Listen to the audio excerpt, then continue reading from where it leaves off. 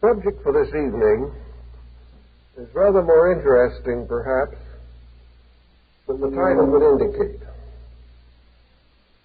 And it requires a kind of orientation which I believe will contribute to our knowledge on a number of religious subjects. The story of the Golden Legend and its author, Jacob Ivorgyan, belongs to the 13th century of the Christian era. The work and the man were strongly emphasized and influenced by the psychology of the time. The European culture was passing through what we now call the medieval period, a long and difficult time, distinguished rather for its reactionary tendencies than for any contribution to progress. The medieval European was a person of extremely limited education and an almost completely provincial attitude. His life was circumscribed by old patterns and beliefs and folklore to a degree that it is difficult for us to appreciate. The church could not be different from its own time. Its clerics were drawn from the available material of the day. And even those who ascended to relatively high position in the ecclesiastical structure were men of very limited education and, in many instances, ability. We cannot, therefore, expect a great, mature philosophical work to rise from such conditions. We cannot even expect an outstanding literary production. We must recognize that the 13th century European depended almost entirely upon folklore for his moral instruction, for his ethical concepts of life, and for the fulfillment of his hungers for knowledge. Folklore at that time was derived from a number of different sources. Some European, some Near Eastern, and others North African. There was no clear effort to distinguish between the sources of material. They were heaped together. We have a few evidences of what might be termed the learned thinking of that time. And to our eyes, to our comprehension, the scene was most distressing. Yet we cannot say that there was not sincerity or dedication or a great longing to discover a better way of life or to attain a deeper understanding of the mysteries of religion. At that time in Europe, there was only one church. There were splinters in smaller areas, but the burden of Christianity rested with the development of the Catholic Church. And within this church were produced men who were to add greatly to the luster not only of their faith, but of the arts, and to the great contributions that they made, we give natural homage. The story of the Golden Legend is essentially a martyrology. It was a kind of saint's calendar, and under each day of the year was a suitable sanctified name. It is obvious that Jacobus, who was a citizen of Genoa, was not too solid in his history. But in all fairness, we should point out that he admitted it. He tells us in his book when he is confused, and that is quite frequently, that he tried definitely to create an inspiring work that would contribute to the well-being of the faithful. As a result of his teachings and preachings, he was elected Archbishop of Genoa by the congregation, not by a political move, but by the natural fondness that the people held for him. After his death, he was beatified, but never canonized. But the Dominican order has special rights to venerate him and to accord him many of the dignities of a saint. The martyrology, or the Golden Legend, deals with saints. And the more we study this work, the more we recognize that the tradition preserved in hagiology is far more interesting and perhaps more stimulating than the average person believes. We think of a saint simply as a very good person within the orthodoxy of his church who has been elevated to sanctification by an elaborate ecclesiastical process. This was not actually true in old times. The primary qualifications for sanctification in the beginning were martyrdom and miracles. The distinguished and pious person who died for his religion was held to have a peculiar estate, superior to that of even the ordinary devout person. If, for one reason or another, the saint escaped martyrdom, then the proof of his sanctification lay in miracles. These miracles might be performed during his lifetime, or they might be recorded after his death. The more common process was that miracles should occur at his tomb, so that persons with various troubles, praying to his honored name, might find extraordinary relief from their miseries.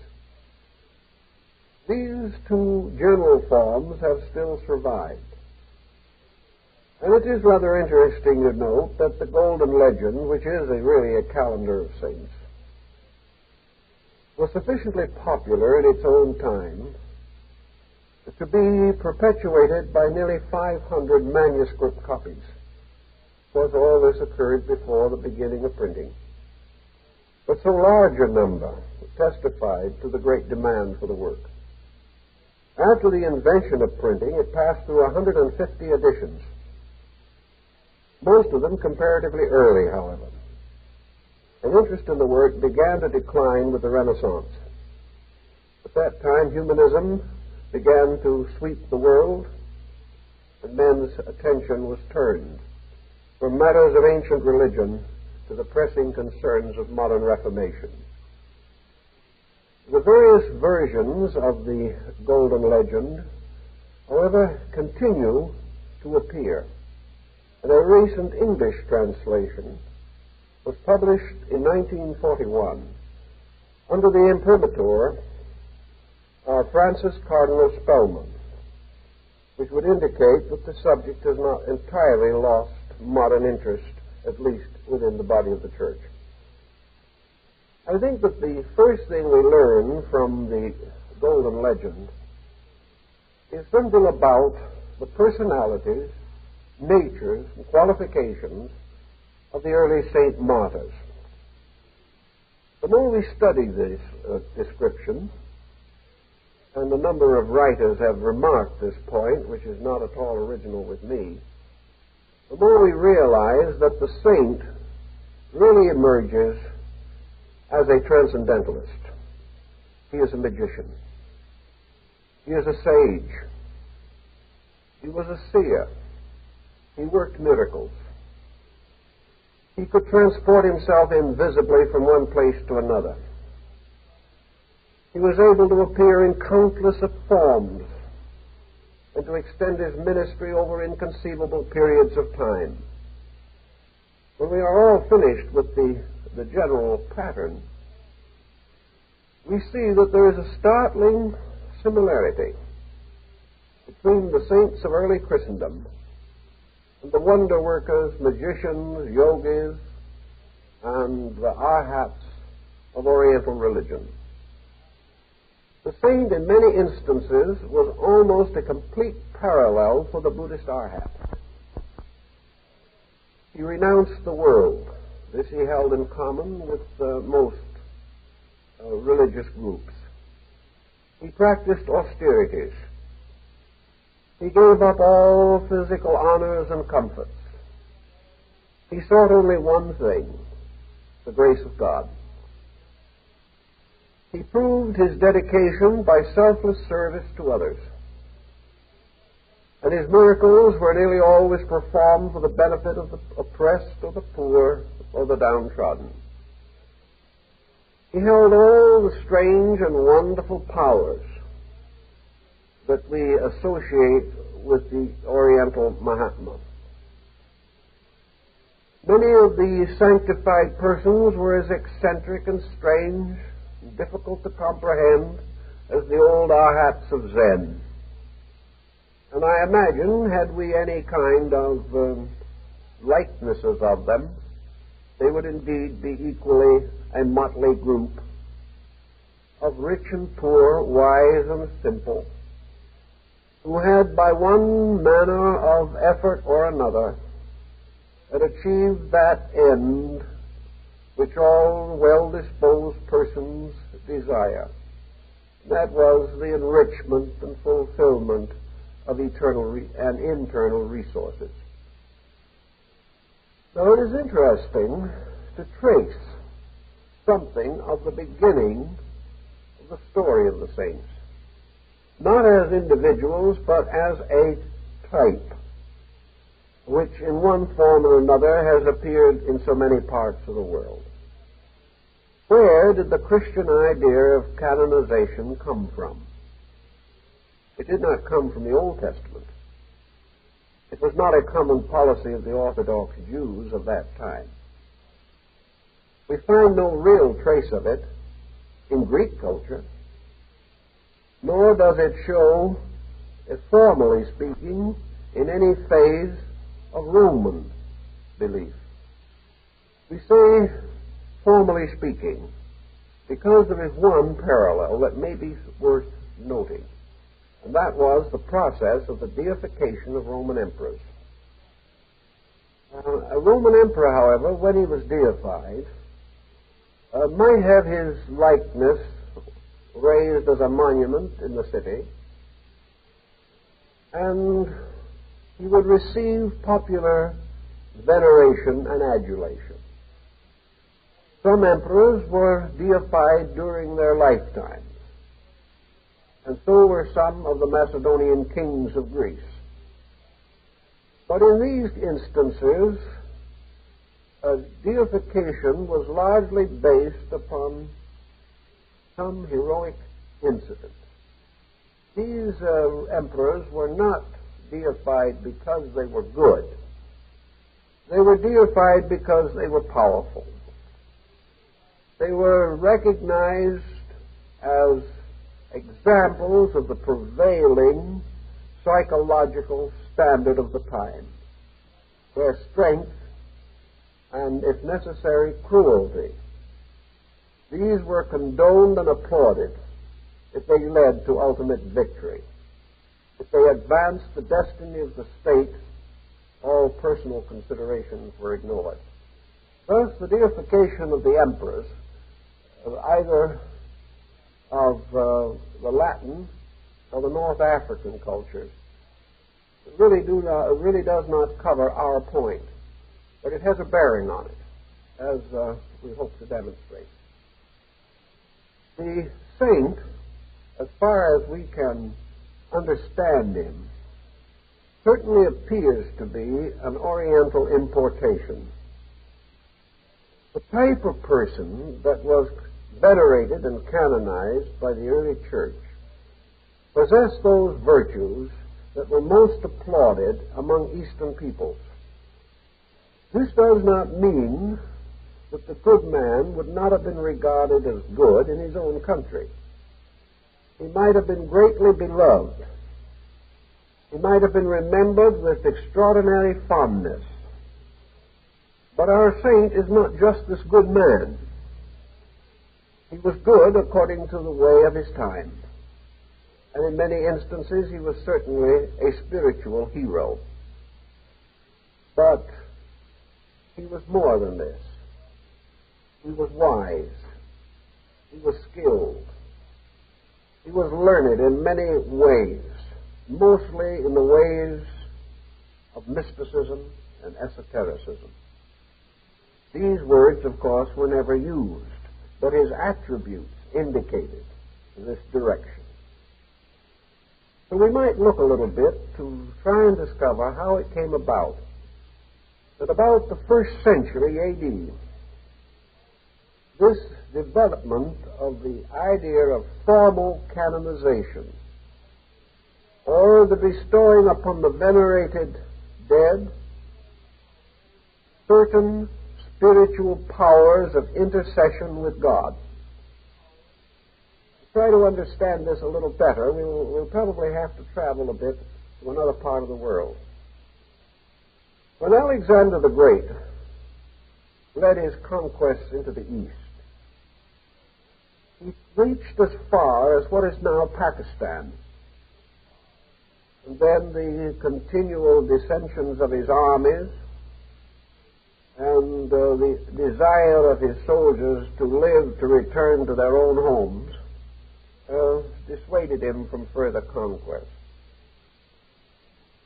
In what is now Pakistan, there developed a mingling of Greek and Indian culture, East Indian culture. This revealed itself by some, at least semi-permanent cultural monuments. After Alexander had departed, these naturally fell into decline. There was nothing to maintain the Greek influence in Pakistan. But about the beginning of the Christian era, Pakistan, this area of it, and parts of Afghanistan became the outer boundaries of the Roman Empire.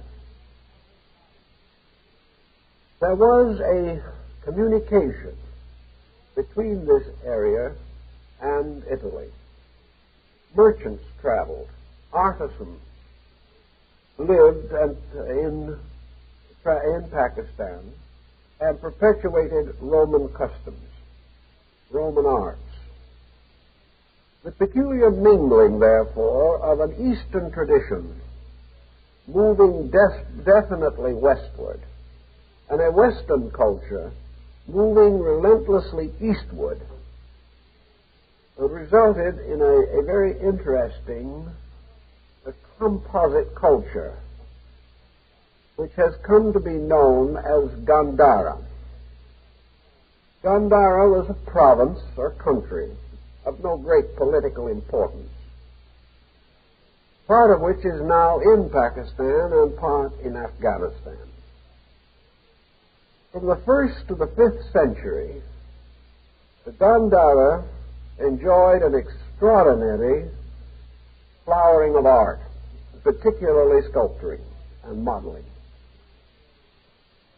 Gandhara, during this early period, in the latter part of the 1st and the early part of the 2nd century A.D., also became a great stronghold of Buddhism. And the country was literally covered with monuments of Buddhistic thought, although Buddha himself had never actually journeyed through this region.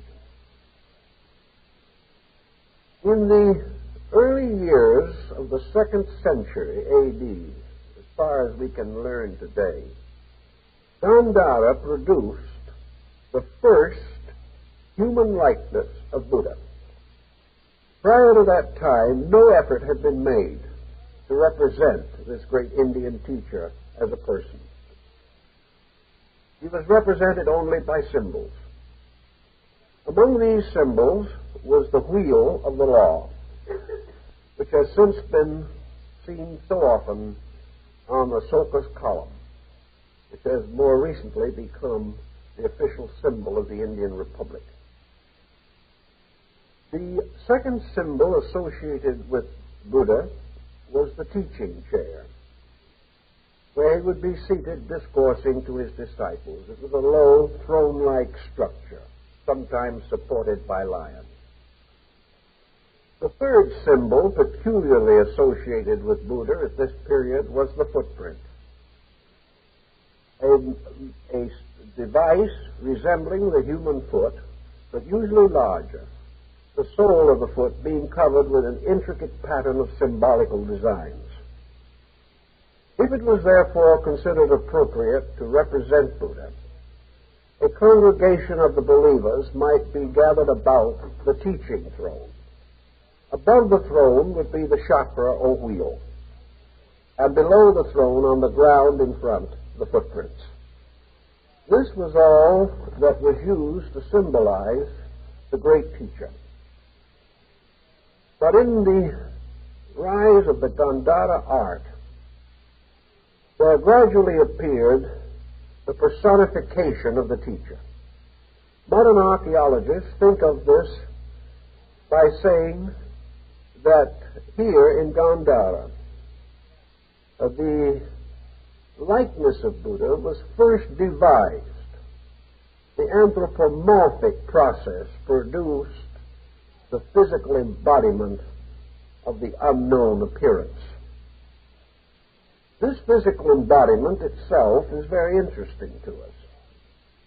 The figures are usually standing, wearing a long and beautifully draped toga. The feet are sandaled, as in the type of sandal found in both Greece and Rome.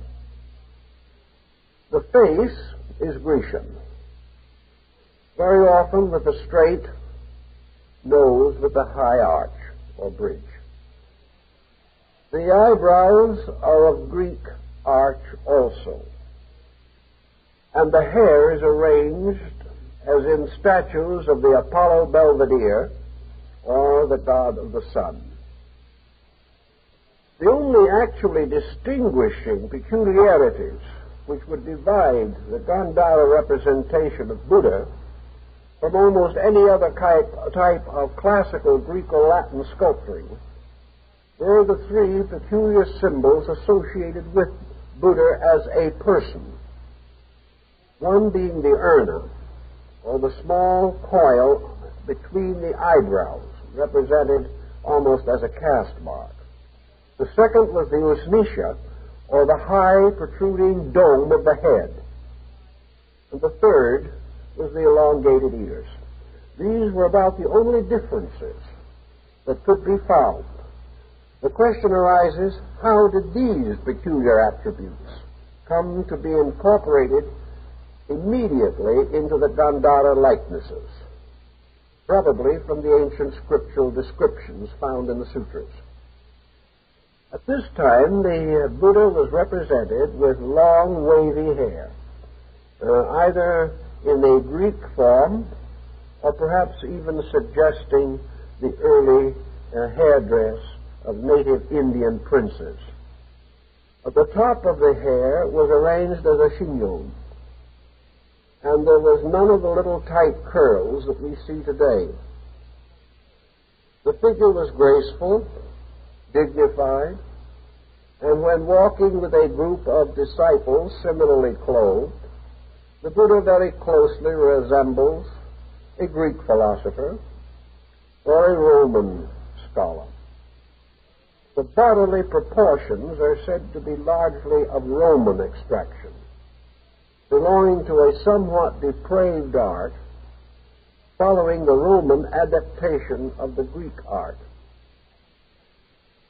So the rather profane and unromantic archaeologist says that the original likeness of Buddha was a composition or composite of an Eastern deity, perhaps Krishna,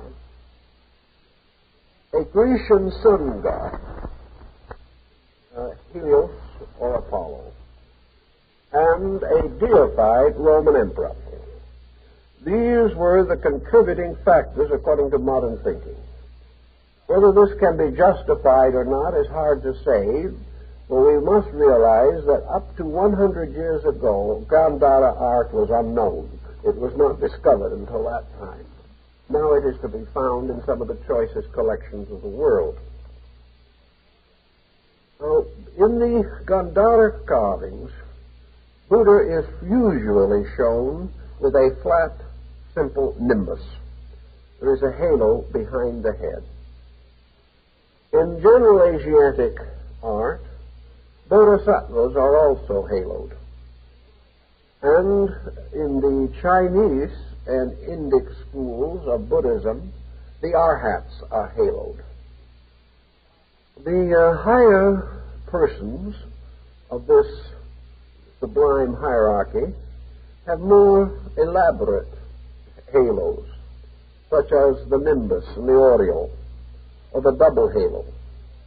But with the arhats, it was almost always just a simple disk or circle surrounding the head. Where else is this halo to be found? Possibly in parts of India associated with the deities. Very little evidence of it anywhere in the Near East or in Europe.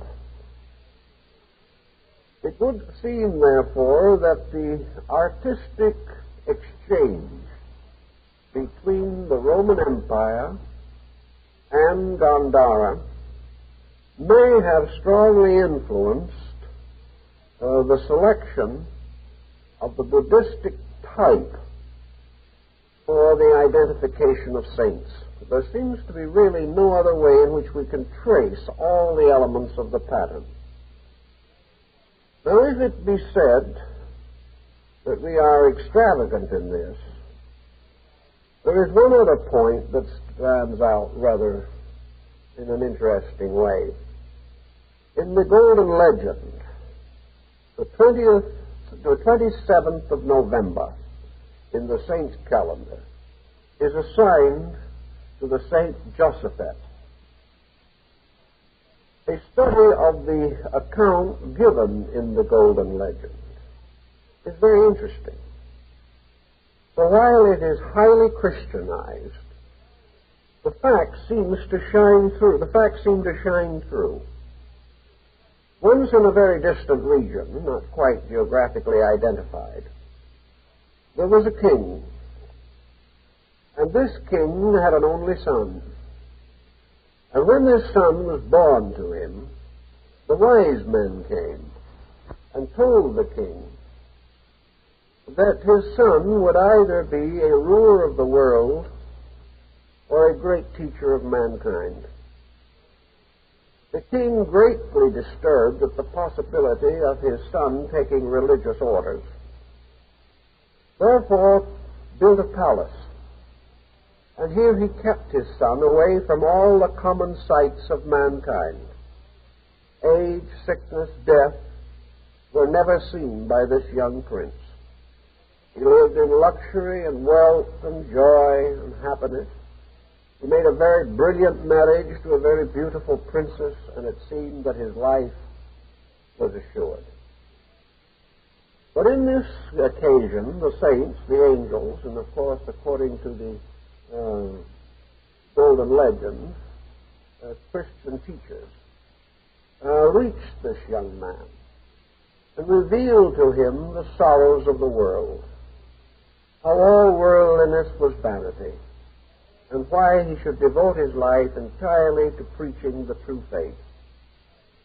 Under the influence of these teachers, the young prince renounced his kingdom, took off his princely robes, put on the costume of a monk, and became a teacher. Many wonderful conversions were made by him. He taught for a very great many years, and when the time came for him to die, he was taken up to heaven by the angels. Now, the sober scholars of the moment are inclined to feel that in some way Buddha himself got into the Christian martyrology. And I think it is only fair to point out that the Catholic Encyclopedia at the present time says that Josaphat is a corruption of Bodhisattva, and that Saint Josaphat was Buddha. Now this is rather interesting, and some sources far more learned than the Encyclopedia have also come to the same conclusion. There seems to be no reasonable doubt that in some way Buddha attained canonization. If this occurred, there is no reason to doubt some rather definite connection between early Christianity and India. Now, we are not for a moment attempting to say that Christianity is a Hindu religion. Nothing of that nature is intended.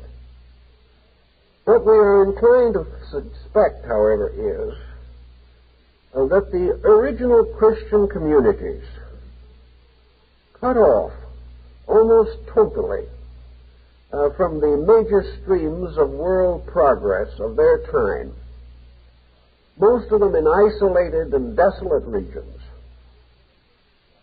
founded by groups with little or no social standing, and for centuries almost continuously persecuted. That these communities lean heavily upon folklore for the legends and stories which gradually came to be included in the sacred canon of saints. They derived their heroes from anything that was heroic. And the peculiar similarity between the ritualism and sacerdotalism of Buddhism and Christianity has been a thorn in the flesh of missionaries ever since. A Buddhist country is one of the poorest areas to attempt to develop Christian missions. Not because of the antagonism of the people, but because of the immense similarity of the doctrines. There seems to most Buddhists no particular reason why they should be converted. Their own philosophy is almost identical. Now, if this experience occurred back at the beginning of the Christian era, it might explain a number of legends that even went down as far as the Middle Ages. The legends of the great Christian empire of the East, for example, governed by John the Presbyter. It was believed that from the very earliest times, this great Christian empire had flourished somewhere in Gobi or in the northern Himavad, and that the teaching given to the people there was identical with Christianity. Well, Christian missions were not established that early, even though the Nestorians did reach China at a comparatively early date. So it's very possible that in Asia Minor there was a mingling of traditions and a meeting of minds. United already to Europe by the Silk Road, Asia was sending its silks and brocades to make garments for the Roman empresses. So the far places were not totally unknown. It is very possible that from the figures at Gandhara, and a little later the rise of a more florid art of the same kind throughout northern and particularly northwestern India, might well have provided the concept. For the old Buddhist monk, as represented in these carvings, wore the simple robes that we now associate with the apostles. He was shaven-headed. He carried a staff. He wore a monkish robe, very simple garments, sometimes bound at the waist by a cord, and behind his head was a disk of light. This is almost all that was required. And with the possible exception of the mingling of Eastern thought with the Egyptian tradition at a very early date, there seems to be no other convenient explanation for the rise of a design or pattern that appeared simultaneously in Asia and in Europe. That is the pattern of the holy man. In both areas, holiness led to extraordinary spiritual achievements.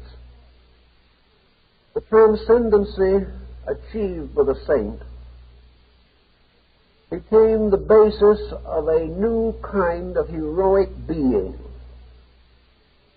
Some of the philosophy of this may have been derived from the Greeks, but not the appearance. The Greeks also had their heroes. But again, the heroes were largely men of valor. And deification might come by the individual being picked out of the material world, carried to the heights of Olympus, there to mingle with the gods, and perhaps have his image or likeness translated to the stars. These legends existed. In the Greek initiation rituals, it is known that the hero represented the self-disciplined person, the individual who had transcended his own ignorance and had dedicated himself to the universal good of others. This dedication to the universal good certainly permeates the Golden Legend, although some of the expressions of it are extraordinarily crude. Another interesting possibility arises in the case of the sanctification of St. Catherine of Alexandria. Here again we have almost certainly a pagan borrowing. From the story as found in the Golden Legend, we must be inclined to suspect that St. Catherine is nothing but a Christianizing of Hypatia of Alexandria. The life description given in the Golden Legend clearly states that this, for them, Christian maiden was extremely learned in philosophy and the mathematics, was a great scholar, and was probably the most learned woman of her time. At that time, there was only one woman known in history that corresponded to such a title, and that was the daughter of Theon the mathematician, the head of the Neoplatonic school of Alexandria. She was the close friend of Bishop Synesius, who also had an interesting part to play in the strange mixing and minglings of early Christian and non-Christian traditions. Synesius was appointed bishop after the church had agreed to permit him to keep his wife and live with her. He refused to give her up. But they were in such desperate need of a good bishop in that region that they agreed to his, shall we say, eccentricity. Synesius also required that the church should say clearly at all times that the new bishop was a Christian in the performance of his duties, but that in his heart he would always remain a pagan. This they also agreed to do. They must have been right short-handed in those days. Dionysius was a friend of Hypatia and frequently consulted her on important matters of both religion and science. And it is said that through her assistance he was able to produce advanced forms of water clocks and other means of measuring time. Now, the truth of the matter is, of course, that Hypatia never became a Christian. In fact, she was a pagan martyr who was killed by Christians. Here we have a case that is not too dissimilar, though not entirely parallel, with that of Jeanne d'Arc. In the case of Hypatia, she was dragged through the street by a frantic group of ignorant and bigoted monks. Her body was broken on the rack. She was beaten to death, and then the flesh was scraped from her bones with oyster shells. A little later, she emerges as St. Catherine. Changing of times, changing of thought. The early people undoubtedly had less theology but more humanity. They realized that any person who is willing to die a terrible death for their convictions has something of holiness in them. And they were a little less cautious in selecting their martyrs in those days. The legends of great and good people seem to have strongly influenced the thinking of that time. Now, we remember that the Golden Legend was compiled in the 13th century. Most of the accounts which it contains belong to the first 5 centuries of the Christian era. Therefore, between these events and kindly and well-intentioned Jacobus was an interval of over 700 years. 700 dismal years. Years without adequate history, without any proper alignment of events. Centuries of darkness, of ignorance and illiteracy, of the scatterings of people, when perhaps the only medium for the perpetuation of anything was the old wives' tales. They alone served as the basis of a communication. Now, at the time this was happening, 2 other elements appeared in Christian thinking, both of a very highly supernatural type. Ordinary folks had very little possibility of contemplating the natures of the archangels, but the angel became very important to them.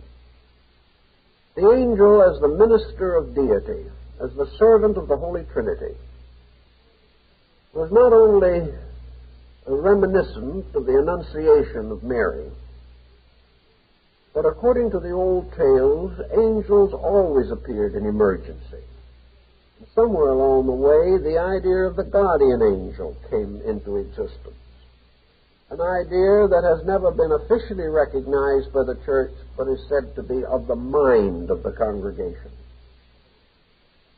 Guardian angels were probably borrowed from Egypt, but they passed through a certain transformation, so that space, the invisible part of the world, became more or less the abode of these invisible ministers of the Almighty. Angelic forms appeared on art at a comparatively early date. And of course, the same general idea of angels was common throughout Asia and does occur with some modifications in both Greece and Egypt. Certainly there were spirit messengers who came largely in visions and in dreams.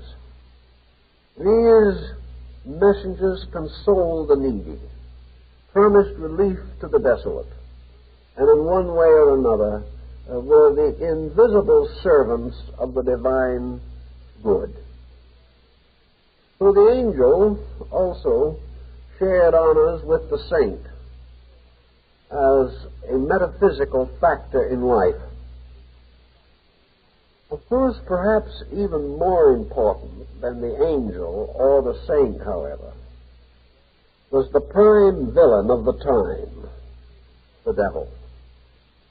And in the Golden Legend, he is really present almost everywhere, always.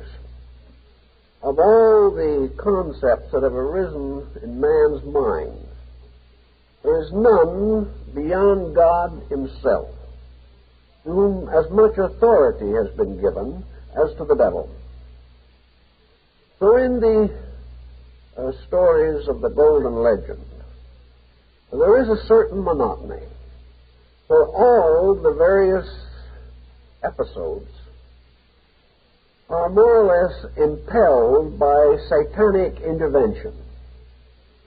Whenever anything evil was to be done, the devil was always back of it.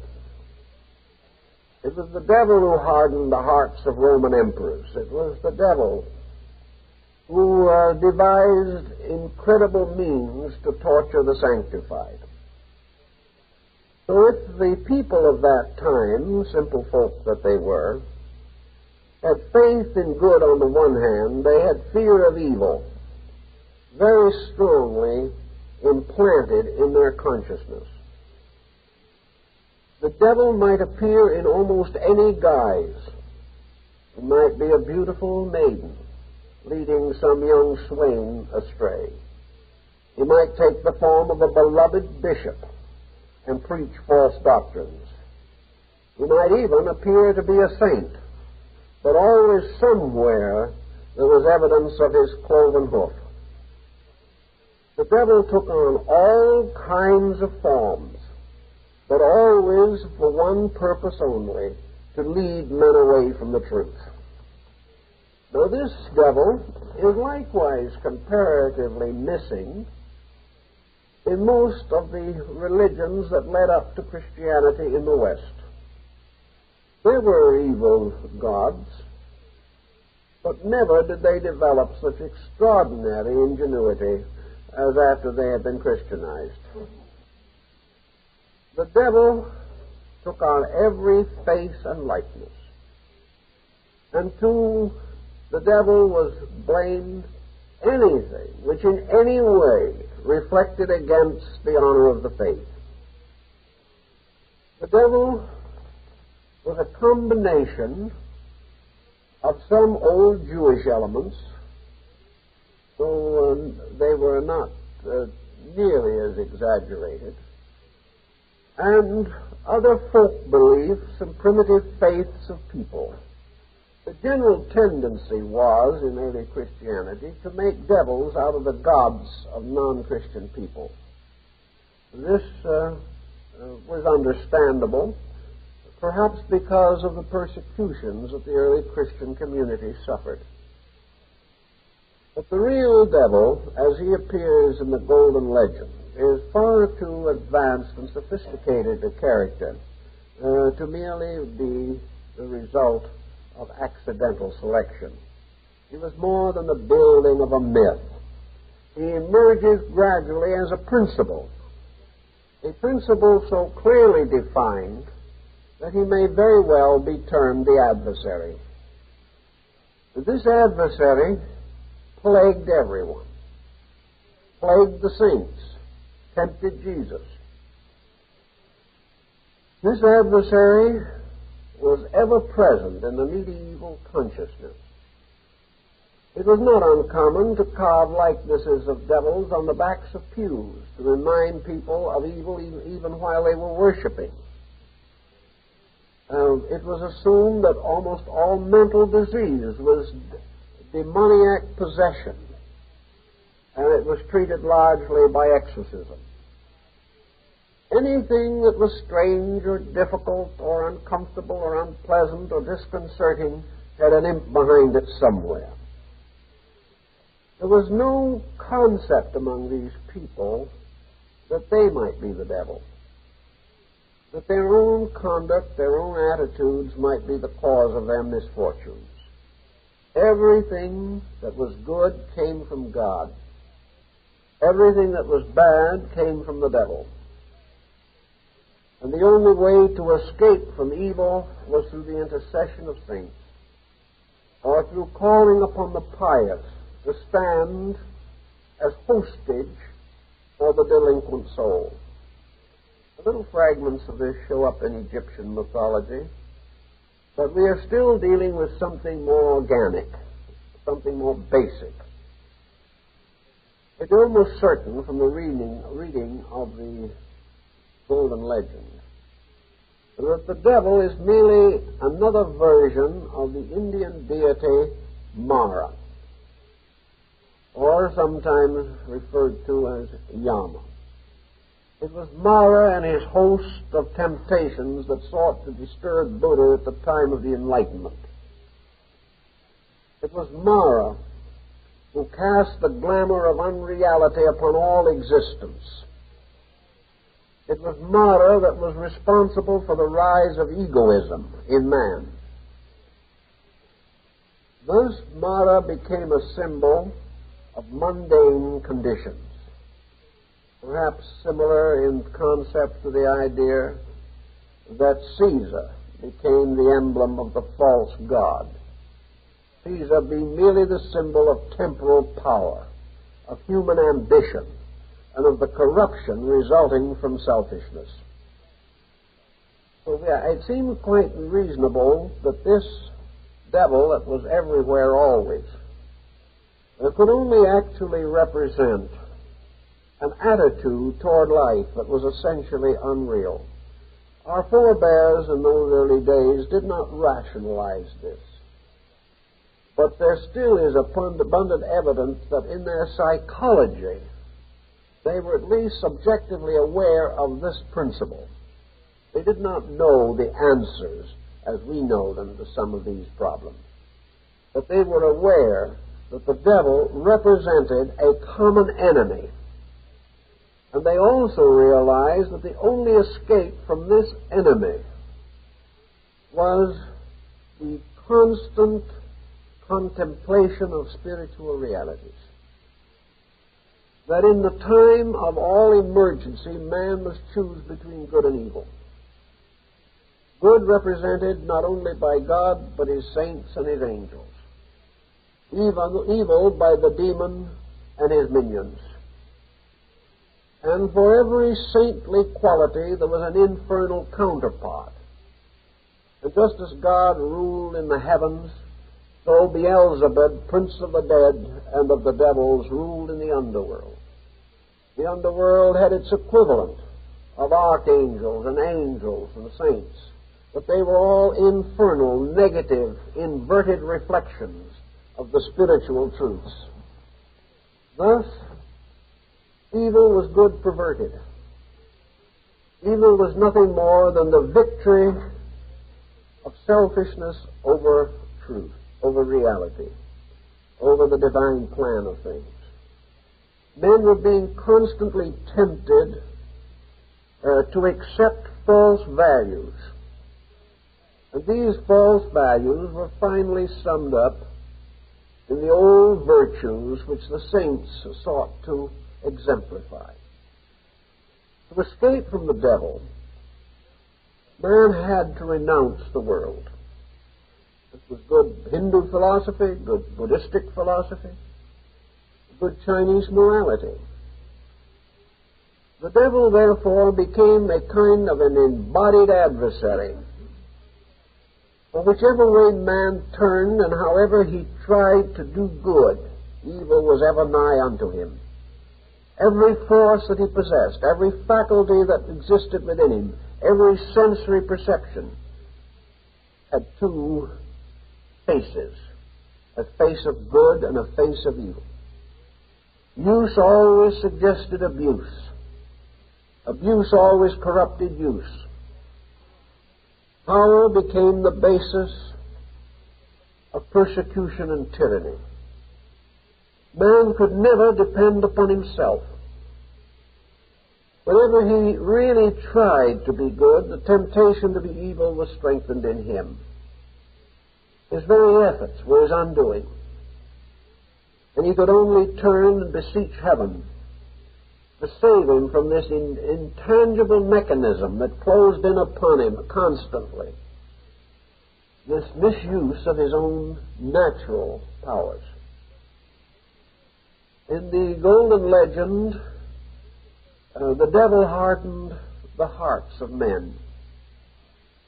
It is illusion, it is selfishness, it is arrogance that hardens the hearts of men. When we contradict a man, he becomes angry, not because we are wrong or he is right, but because we have contradicted him, and a flare of hate arises within him. When we come to some conclusion contrary to that of our neighbor resents us. Again, it is selfishness, it is egoism that cannot bear to be corrected. It is a wise person indeed who will permit himself to be challenged without becoming angry. Everywhere in this world, as we live in it today, we can see the relentless process by which everything that we thought would accomplish good has gradually been corrupted. We see every discovery exploited.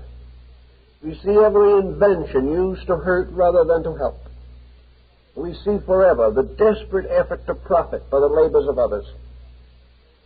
The instinct to tyrannize, to hold down, to depress. The flaring into hate which we express to anyone and against anyone who seeks to escape from the little prisons we have built for them. Thus, an ancient people, not particularly learned, not able to fully understand these things, could well assume that this adversary was real. It seemed that it operated with extraordinary cunning. It read our minds. It knew our hearts. It frustrated our steps relentlessly. The only thing they did not understand, of course, was the reason why this spirit knew so much, was that this spirit was in us and knew us completely. It represented the negative polarity, the anti-self. It represented the old, atavistic being, always striving to drag us back again to our own more primitive state. The devil always operated through temptation. And temptation, of course, is opportunity. And the individual who has an opportunity to profit at the expense of his ethics may very likely grasp that opportunity. Thus it is said that men sold their souls to the devil. And we have the mysterious Faustian complex, in which the individual sacrifices his eternal glory for the sake of the extension of his temporal powers.